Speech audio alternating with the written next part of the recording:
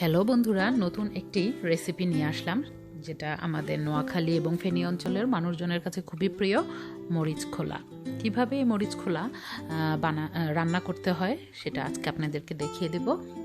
Subscribe my channel এবং Irish প্রাইডকে support দেওয়ার জন্য অন্যান্য ভিডিওগুলোর জন্য বেলটা অবশ্যই ক্লিক করবেন। এখন আমি দেখিয়ে দিচ্ছি। প্রথমে আমরা যে কাজটা করেছি, ইলিশ মাছের কিছু মাথা এবং কয়েকটা পিস নিয়েছি। এখানে আসলে মরিচ খোলাটা ছোট করে মাছগুলোকে কেটে টুকরো কিউব করে যেটা বলা হয় বা টুকরো টুকরো করে তারপরে রান্না করা হয়, কিন্তু আমি আপনাদের সুবিধার্থে দেখিয়ে দিচ্ছি।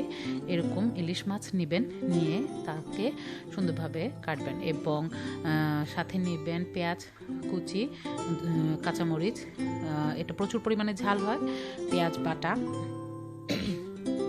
এবং সাথে তো আছে অনেক মরিচ।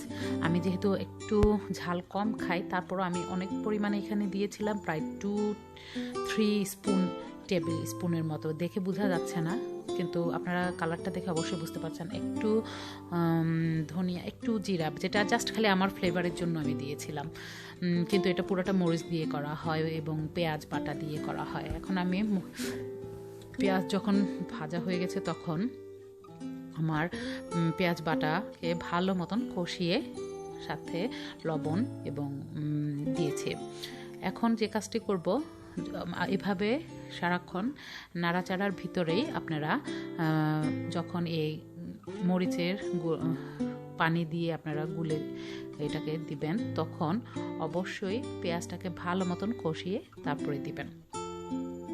আমার কাছে খুবই ভালো লাগে যখন একটু সাদা ভাতের সাথে এটা খাওয়া হয়। ভর্তা তো সবসময় খাই আমরা, কিন্তু ভর্তার সাথে যদি ভর্তা করতে না ইচ্ছা করে, তখন এই টাইপের খাবারও কিন্তু বৃষ্টির দিনগুলোতে খিচুড়ি কিংবা সাদা ভাতের সাথে আপনার খুবই মানানসই। আমার কাছে এই রেসিপিটি আমাদের বাসায় অবশ্য আমি কখনো খাইনি, তবে আমার একটা ফ্রেন্ড, ওর বাসায় আমি খেয়েছি, যার কারণে আমি আপনাদের কাছে শেয়ার করলাম। মরিচ খোলার জন্য এই বেশি করে মরিচ বাটা দিতে হয়। আমি মরিচটা বাটিনি, কারণ আমার কাছে শুকনো মরিচ বাটার জন্য পাটা নেই, কিন্তু এটা যদি আপনারা পাটার মাধ্যমে বেটে মরিচ বেশি করে দিয়ে করতে পারেন, দেখবেন অনেক মজা পাবেন খেয়ে। আর আমি জানি না অন্যান্য অঞ্চলের খাবারের সাথে এই খাবারটা মানানসই কিনা, তবে ইলিশ মাছের বিভিন্ন অংশ যখন বেঁচে যায়, মনে করেন মাথা, লেজ, তারপরে এইসবগুলোকে আমরা কিভাবে ইউজ করব খুঁজে পাই না। আমার মশলা দেখুন ভালো মতো কষে এসেছে, এবং যেটা করলাম আমি, এখন তেলটা যখন আস্তে উপরে হয়ে আসছে কষার সাথে সাথে, আমি অনেক মোটামুটি হাফ অ্যান আওয়ার মতন কষিয়েছি অল্প অল্প করে, এবং এখন কাঁচামরিচ দিয়ে দিলাম। এরপরে একটু পরে আমি আপনাদেরকে দেখিয়ে দেব কিভাবে মাছগুলো দিয়ে দিবেন। মশলা ভালো মতন কষে এসেছে এবং সুন্দর একটা ঘ্রাণ আসছিল, খুবই ভালো লাগছিল। আর এখন মাথা এবং ইলিশ মাছের টুকরোগুলোকে দিয়ে দিলাম। এখানে পিসগুলো আমার একটু বড় বড়, কিন্তু যখন আসল মরিচ খোলা করা হয় তখন কিন্তু এত বড় বড় পিস থাকে না, আরও ছোট ছোট, যেটা খেতে খুবই ভালো লাগে। আর আপনারা যদি ছোট ছোট খেতে না চান, তাহলে এভাবেও দিয়ে করতে পারেন। আমার প্রায় কিছুক্ষণ এরকম নাড়াচাড়া করে আমি মাছগুলোকে ভালো মতন করে, মশলাগুলো যাতে মাছের গায়ে লাগে সেজন্য উলট পালট করে দিলাম।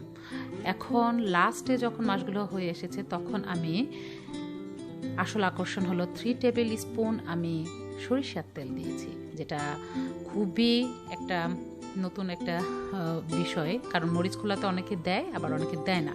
আমি দিলাম এই জন্যই, যাতে ঝাল এবং ঝাঁঝ দুটো মিলে আপনার খেতে অনেক ভালো লাগবে। আশা করি আপনারাও এভাবে দিয়ে খাবেন, তখন দেখবেন যে ঝাল এবং ঝাঁঝ, যাদের ঠান্ডা লাগে কিংবা ঠান্ডার জন্য খেতে পারছে না, তাদেরও অনেক উপকার লাগবে। তৈরি হয়ে গেল আমার মরিচ খোলা। আপনারা দেখতে পাচ্ছেন যে সাথে আমি অনেক, এবং তেলগুলো নিচে ভাসছে, যেহেতু সরিষার তেলও ছিল, এবং এত সুন্দর একটা ঘ্রাণ আসছিল যে বলে বোঝাতে পারবো না। আপনারা যখন তৈরি করে খাবেন তখন অবশ্যই ভালো লাগবে। আমার ভিডিওটির সাথে থাকার জন্য ধন্যবাদ। আমাকে সাবস্ক্রাইব করে আমার অন্যান্য ভিডিওগুলোকে সাপোর্ট দিবেন। আশা করি আপনারা সবাই আমার পাশেই থাকবেন। ধন্যবাদ সবাইকে।